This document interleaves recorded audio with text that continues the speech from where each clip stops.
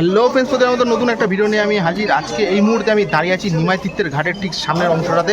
আর শ্রাবণ মাস পড়তে মাত্র কয়েকটা দিন বাকি, আর তার মধ্যে আজকে দেখাবো আপনাদেরকে নিমাই তীর্থের ঘাটের প্রস্তুতি কাজ কতদূর হলো কিংবা বিস্তারিত আজকে সমস্ত কিছু এই ভিডিওর মাধ্যমে দেখাবো। তাই ভিডিওটা কিন্তু একদম স্কিপ করবেন, আপনাদের জন্য কিন্তু অনেক হেল্পফুল হতে চলে।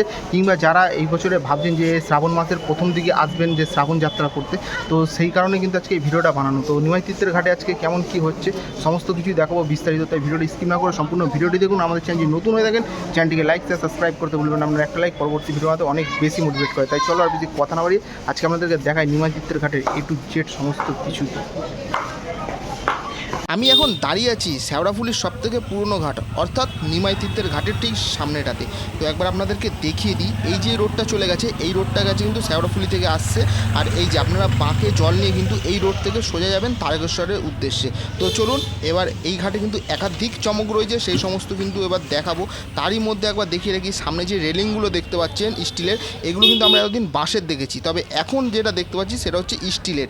আর এই দিকটাতে একবার দেখিয়ে রাখি যে এই নিচের ফ্লোরগুলো দেখতে পাচ্ছেন এতদিন কিন্তু ভাঙাচোরা ছিল, এগুলো কিন্তু সমস্ত কিন্তু ব্লক দিয়ে সাজানো হয়েছে। তো নিমাই তীর্থের ঘাটের উপর অংশটাতে দেখতে পাচ্ছেন এখন রঙের একদম লাস্ট মুহূর্তের কাজ চলছে, কারণ আজকে এই ঘাটটা উদ্বোধন করতে আসতে চলেছে মাননীয়া অগ্নিমিত্রা পাল।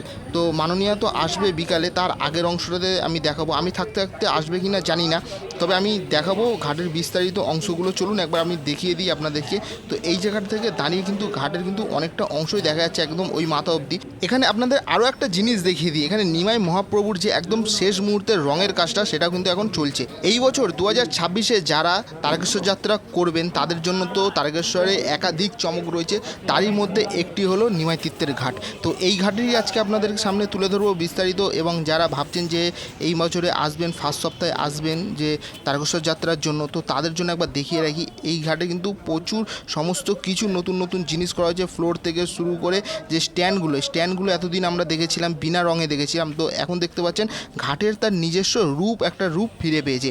যেমন বলে রাখি, সমস্ত স্ট্যান্ডগুলো থেকে শুরু করে ল্যাম্পপোস্ট সব কিছু কিন্তু অরেঞ্জ কালার করা হয়েছে। আর সামনেতে দেখতে পাবেন অনেক কিছু একাধিক চমক আজকে বিশেষ করে আজকে রয়েছে। যেমন একবার বলে রাখি, আমরা এতদিন সন্ধ্যা আরতি কলকাতা বাবুঘাটে দেখে থাকি, তো আজকে এই ঘাটে হতে চলেছে সন্ধ্যা আরতি। তো সন্ধ্যা আরতি অবধি আমি থাকবো কি না জানি না, তো আমি তাও আমার চ্যানেলে কিংবা এই ভিডিওর মাধ্যমে আপনাদেরকে কয়েক মুহূর্তের জন্য আরতিটা একবার দেখিয়ে দেবো। আর সামনের দিকে আগে যাব, সামনে কত কী প্রস্তুতি হয়েছে সেটাও একবার আপনাদেরকে দেখাবো। চলুন। আমার মতে শ্রাবণ মাসে তো প্রত্যেক ঘাটেই প্রচুর ভিড় হয়, তার মধ্যে কিন্তু নিমাই তীর্থের ঘাটে অনেক ভিড় হয়। কিন্তু আমি মনে করছি এই বছরে এই নিমাই তীর্থের ঘাটে একটু বেশিই ভিড় হবে, কারণ এই ঘাটটা যেরকমভাবে সেজে উঠছে এত সুন্দর করে সকলের কিন্তু দৃষ্টি আকর্ষণ করছে। তাই আমি যেটা মনে করছি অন্যান্য বারের তুলনায় এইবারে নিমাই তীর্থের ঘাটের ভিড়টা একটু বেশিই হবে। এবার আপনাদেরকে দেখাবো ঘাটের অংশটা। ঘাটটা দেখতে পাচ্ছেন কীরকম করে ব্যারিকেড দেওয়া রয়েছে, আর এছাড়াও কিন্তু এখানে সেফটির জন্য অনেক কিছু ব্যবস্থা কিন্তু এখানে করা হচ্ছে। একবার আপনাদেরকে যদি জুম করে দেখাই তাহলে একটু আপনারা ভালো বুঝতে পারবেন। এই যে পাইপ দেওয়া রয়েছে কিন্তু লোহার পাইপ, এবং উপরে যে ঝান্ডাগুলো দেওয়া রয়েছে ওর ওই পাটটাতে একটা লঞ্চ আসবে বড়, তারই মধ্যে কিন্তু গঙ্গা আরতিটা হবে। আর এই দিকটাতে বসে সবাই দেখতে পাবে। আর একটা জিনিস দেখিয়ে দিই, ঘাটে কিন্তু এই মুহূর্তে অনেক কচুরি পানা রয়েছে, আর এই নৌকাটার মাধ্যম দিয়ে কিন্তু এই কচুরি পানা যেগুলো আছে সেগুলো কিন্তু এই ঘাটটা পুরো সম্পূর্ণ কিন্তু পরিষ্কার করে দেওয়া হবে, যাতে এই জায়গাটা একদম পরিষ্কার পরিচ্ছন্নভাবে থাকে এবং মানুষ যেন এইখানে বসে ভালো করে দেখতে পারে। এই যে বসার জন্য এই জায়গাটা প্রচুর চেয়ার রাখা হয়েছে, এই জায়গাতে বসে আপনারা কিংবা যারা দেখবে তারা কিন্তু এইখানে বসে এই গঙ্গা আরতিটা দেখতে পাবে।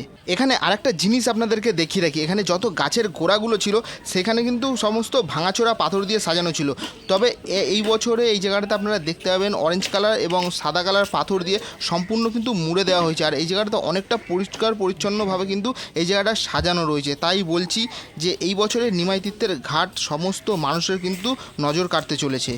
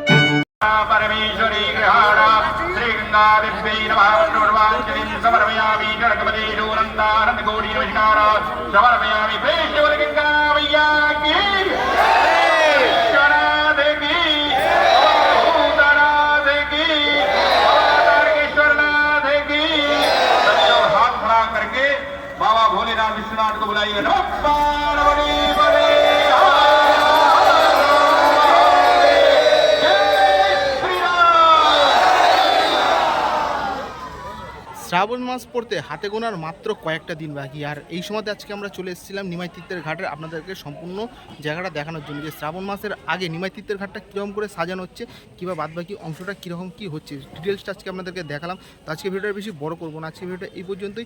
সকল শ্রাবণ মাসের প্রথম জলযাত্রীদেরকে জানাই এসপি সোম চ্যানেলের পক্ষ থেকে অনেক অনেক আন্তরিক শুভেচ্ছা ও অভিনন্দন। আজকে ভিডিওটা বেশি বড় করবো না, আজকে ভিডিওটা এই পর্যন্তই। দেখা হবে পরবর্তী কোনো নতুন ভিডিওতে। ততক্ষণ ভালো থাকবেন, সুস্থ থাকবেন। হর হর মহাদেব এবং নমঃ শিবায়। জয় শ্রী মহাকাল।